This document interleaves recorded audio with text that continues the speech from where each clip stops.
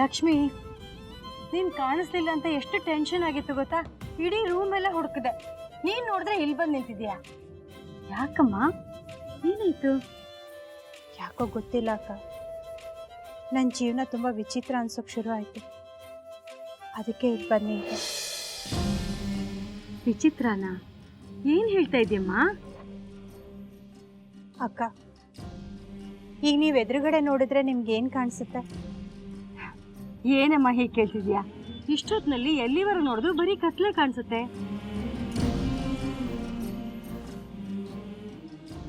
ನಿಮಗೆ ಕಣ್ಣಿದ್ದು ಕತ್ಲು ಕಾಣಿಸ್ತಾ ಇದೆ, ನನಗೆ ಕಣ್ಣಿಲ್ಲ ಅಂದರೂ ಬರೀ ಕತ್ಲೆ ಕಾಣಿಸ್ತಾ ಇದೆ.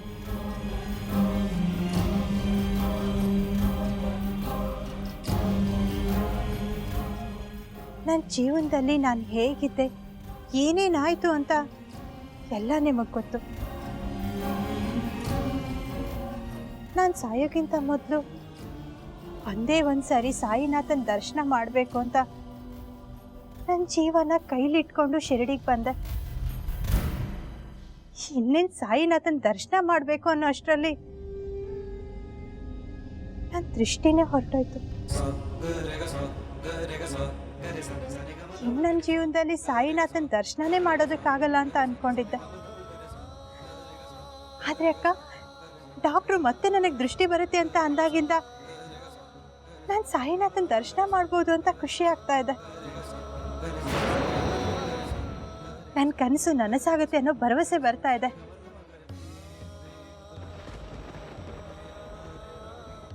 ಆದರೂ ಅಕ್ಕ, ಏನೋ ಒಂದು ಅಸಮಾಧಾನ ನನ್ನನ್ನು ಕಾಡ್ತಾ ಇದೆ.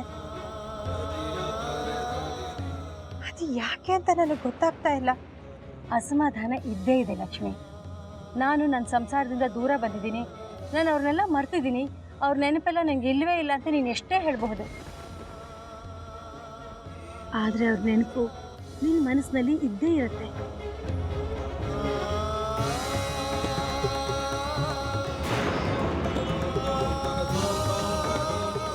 ನೀನು ಸಂಸಾರದಿಂದ ದೂರ ಬಂದಿರ್ಬೋದು, ಆದರೆ ನಿನ್ನ ಮನಸ್ಸಿಂದ ಸಂಸಾರ ದೂರ ಆಗಿಲ್ಲ.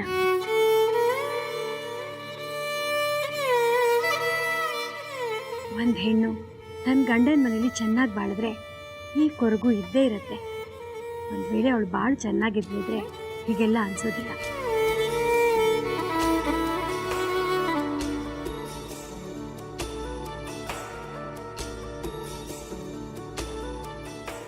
ಹಾಗೆಲ್ಲ ಏನೂ ಇಲ್ಲಕ್ಕ. ನಾನು ಯಾವುದೋ ಜನ್ಮದಲ್ಲಿ ಪಾಪ ಮಾಡಿದ್ದೆ ಅಂತ ಅನಿಸುತ್ತೆ. ಅದು ನನ್ನ ಈ ಜನ್ಮದಲ್ಲಿ ಕಾಡ್ತಾ ಇದೆ. ನೀನು ತಪ್ಪು ತಿಳ್ಕೊಂಡಿದ್ದೆ ಲಕ್ಷ್ಮಿ.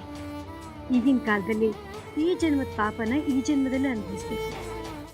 ಒಂದು ಸಲ ಮೈ ಬರ್ತು 5 ನಿಮಿಷ ನಿದ್ದೆ ಮಾಡಿದ್ದಕ್ಕೆ ಆಗಿದ ಅನಾಹುತ ಚಿಕ್ಕದಲ್ವಲ್ಲ ರೀ. ಅದನ್ನ ನೆನೆಸ್ಕೊಂಡ್ರೆ ಈಗಲೂ ಭಯ ಆಗುತ್ತೆ. ಹೇಗ್ರಿ ನಿದ್ದೆ ಮಾಡೋದು?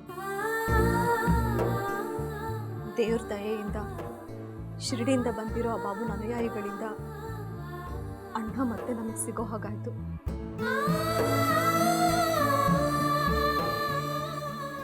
ಅಣ್ಣ ಮೊದಲಿನ ಹಾಗಾಗೋವರೆಗೂ ನನಗೆ ನಿದ್ದೆ ಇಲ್ಲ ರೀ. ಇನ್ನು ಸ್ವಲ್ಪ ದಿನ ಕವಿತಾ ಅವರೇ, ನಾವು ಈ ಕಷ್ಟ ಪಡಲೇಬೇಕು. ಅತ್ತೆಮ್ಮ ಮತ್ತು ಅದಿತಿ ಮಕ್ಕಳು ಸ್ಕೂಲಿಗೆ ಬಿಟ್ಟು ಬರ್ತಾರೆ, ಆಮೇಲೆ ನೀವು ಹೋಗಿ ರೆಸ್ಟ್ ತಗೊಳ್ಳಿ.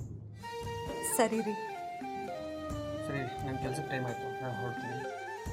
ರೀ, ನಾನೊಂದು ಮಾತು ಕೇಳಿದ್ರೆ ನೀವು ತಪ್ಪು ತಿಳ್ಕೊಳ್ಳಲ್ಲ ತಾನೆ? ಕವಿತಾ ಅವರೇ, ನಾನು ತಪ್ಪು ಮಾಡಿದಾಗ ನನ್ನನ್ನು ತಿದ್ದಿ ಅರ್ಥ ಮಾಡ್ಕೊಂಡಿದ್ದೀರ.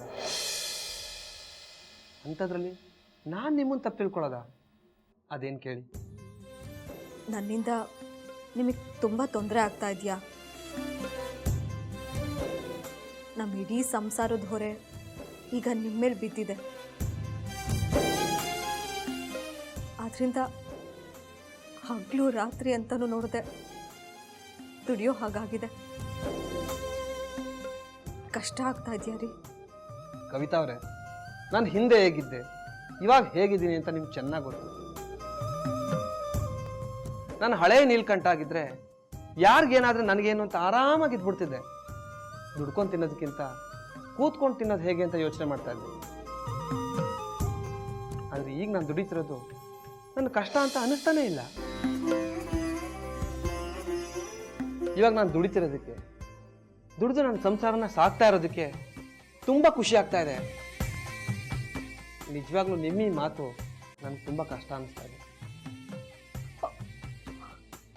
ಸಾರಿ ರೀ, ನಿಮ್ಮ ಪರಿಸ್ಥಿತಿ ನೋಡಿ ಕೇಳಬೇಕು ಅನ್ನಿಸ್ತು, ಕೇಳಿದೆ. ತಪ್ಪು ತಿಳ್ಕೊಬೇಡಿ.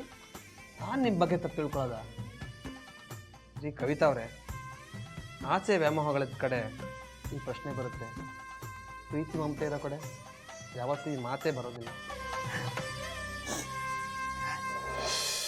ರೀ, ನನಗಿವತ್ತು ತುಂಬ ಸಂತೋಷ ಆಗ್ತಾ ಇದೆ. ಫಸ್ಟ್ ಟೈಮು ನಾನು ನಿಮ್ಮನ್ನು ಪ್ರೀತಿಸ್ತಾ ಇದ್ದೀನಿ ಅಂತ ಅಣ್ಣನ ಹತ್ರ ಹೋಗಿ ಹೇಳಿದಾಗ ಅಣ್ಣ ನಿಮ್ಮನ್ನು ನೋಡಿ ಇವನೊಬ್ಬ ಕೆಲ್ಸಕ್ಕೆ ಬಾರ್ದಿರೋನು, ಇವನನ್ನು ಮದುವೆ ಆಗಿ ಹೇಗಮ್ಮ ಸಂತೋಷವಾಗಿರ್ತೀಯ ಅಂತ ಕೇಳಿದ್ರು. ಆಗದಕ್ಕೆ ಖಂಡಿತ ಇವಳು ಸಂತೋಷವಾಗಿರ್ತಾಳೆ ಅಂತ ಭರವಸೆ ಕೊಟ್ಟರು. ಇವ್ರ ಹತ್ರ ಹಣ ಆಸ್ತಿ ಇಲ್ಲ ಅಂದರೆ ಏನಾಯಿತು, ನಮ್ಮ ಹತ್ರ ಇದೆಯಲ್ಲ, ನಾವು ನೋಡ್ಕೊಳ್ಳೋಣ ಅಂತ ಹೇಳಿದ್ರು. ಲಕ್ಷ್ಮಿ ಅದಕ್ಕೆ ಇರೋವರೆಗೂ ಅವ್ರು ಕೊಟ್ಟು ಮಾತು ಹಾಗೆ ನಡ್ಕೊಂಡ್ರು. ರೀ, ಯಾವಾಗಲೂ ನನ್ನ ಮನಸ್ಸಲ್ಲಿ ಒಂದು ಪ್ರಶ್ನೆ ಕಾಡ್ತಾ ಇತ್ತು, ಯಾವಾಗ ನೀವು ದುಡಿಯೋ ಹಾಗಾಗ್ತೀರಾ, ಯಾವಾಗ ನಿಮ್ಮ ದುಡಿಮೆಯಿಂದ ನಮ್ಮ ಜೀವನ ಸಾಗುತ್ತೋ ಅಂತ. ಆದರೆ ಇವತ್ತು ನಿಜವಾಗ್ಲೂ ನನಗೆ ಖುಷಿ ಆಗ್ತಾ ಇದೆ ರೀ. ಇವತ್ತು ನಾನು ಮಾತ್ರ ಅಲ್ಲ, ನಮ್ಮ ಇಡೀ ಸಂಸಾರ ನಿಮ್ಮಲ್ಲಿ ನಿಂತಿದೆ.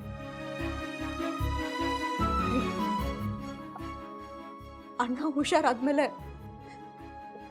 ನೀವು ಈ ರೀತಿ ಬದಲಾಗಿರೋದು ನೋಡಿದ್ರೆ ನಾನಲ್ಲ, ನನಗಿಂತ ಜಾಸ್ತಿ ಖುಷಿ ಪಡ್ತಾನೆ. ಭಾವ ಹುಷಾರಾಗ್ಲಿ ಅಂತ ತಾನೇ ನಾನು ಇಷ್ಟೆಲ್ಲ ಕಷ್ಟಪಡ್ತಾ ಇರೋದು. ಅವ್ರು ಹುಷಾರಾಗಿ ನಿಜವಾಗ್ಲೂ ನಾನು ಬದಲಾಗಿದ್ದೀನಿ ಅಂತ ನನ್ನನ್ನು ನಂಬಿದ್ದಿನ ನನ್ನ ಜನ್ಮ ಸಾರ್ಥಕ ರೀ. ನನ್ನ ಕೆಲ್ಸಕ್ಕೆ ಟೈಮ್ ಆಯಿತು, ನಾನು ಬರ್ತೀನಿ ರೀ.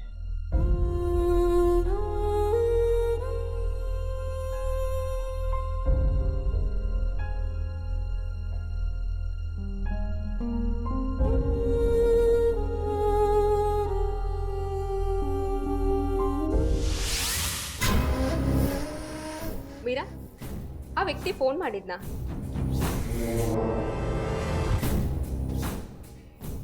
ಅವನು ಫೋನ್ ಮಾಡಲ್ಲ ಬಿಡು, ಯಾಕಂದ್ರೆ ನಿಮ್ಮ ಅಣ್ಣನೇ ಅಷ್ಟು ಕಷ್ಟಪಟ್ಟು ರಾಘವ್ನ ಹುಡುಕ್ತಿದ್ದಾರೆ, ಅವರಿಗೇನೆ ಅವನು ಸಿಕ್ಕಿಲ್ಲ. ಇನ್ನು ಇವನು ಹುಡುಕಿದ ತಕ್ಷಣ ಸಿಕ್ಬಿಡ್ತಾನ? ಸುಮ್ಮನೆ 10,000 ದಂಡ. ಅವನಿಂದ ಈ ಕೆಲಸ ಮಾಡೋದಕ್ಕೆ ಸಾಧ್ಯನೇ ಇಲ್ಲ. ಏಯ್, ಅಡ್ಡಬಾಯಿ ಹಾಕ್ಬೇಡ, ಅವನು ಸಿಕ್ಕೇ ಸಿಗ್ತಾನೆ. ಆಯ್ತು, ನೀನು ಹೇಳ್ದಾಗೆ ಆಗ್ಲಿ. ರಾಘವ್ ಸಿಕ್ಕಿದ್ರೆ ನೀನೇನು ಮಾಡ್ತೀಯಾ? ಮತ್ತೆ ಅವನನ್ನ ಮನೆಗೆ ಕರ್ಕೊಂಡು ಬಂದು ಡ್ರಗ್ಸ್ ಕೊಡ್ತೀಯಾ, ಆಮೇಲೆ ಮತ್ತೆ ಆ ಮುದ್ಕಿ ಮಕ್ಕಳು ಸೇರಿ ಪ್ಲಾನ್ ಮಾಡಿ ಅವನನ್ನ ಎಸ್ಕೇಪ್ ಮಾಡಿಸ್ತಾರೆ. ಆಮೇಲೆ ನೀನು ಅವ್ರು ನೋಡ್ಕೊಂಡು ಬೀದಿ ಬೀದಿ ಸುತ್ತೀಯಾ. ನೋಡು ಮೀರಾ, ಇದೆಲ್ಲ ನಮಗೆ ಬೇಕಾ?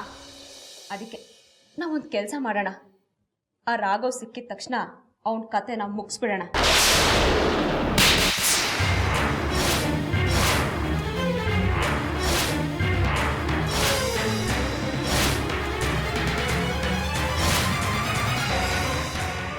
ಏನಂದೆ ನೀನು? ರಾಘವ್ನ ಮುಗಿಸ್ಬೇಕು ಅಂತನ? ನಾನು ಈ ತಾಳಿನ ಕಟ್ಟಿಸ್ಕೊಂಡು ಬಂದಿರೋದು ಅವನನ್ನು ಮುಗಿಸೋದಕ್ಕೋಸ್ಕರ ಅಲ್ಲ. ಆ ರೀತಿ ಮುಗಿಸೋದಾಕಿದ್ರೆ ನಮ್ಮೂರಲ್ಲೇ ಆ ಕೆಲಸ ಮಾಡ್ತಾ ಇದ್ದೆ. ಆದ್ರೆ ನನ್ನ ಉದ್ದೇಶ ಅದಲ್ಲ.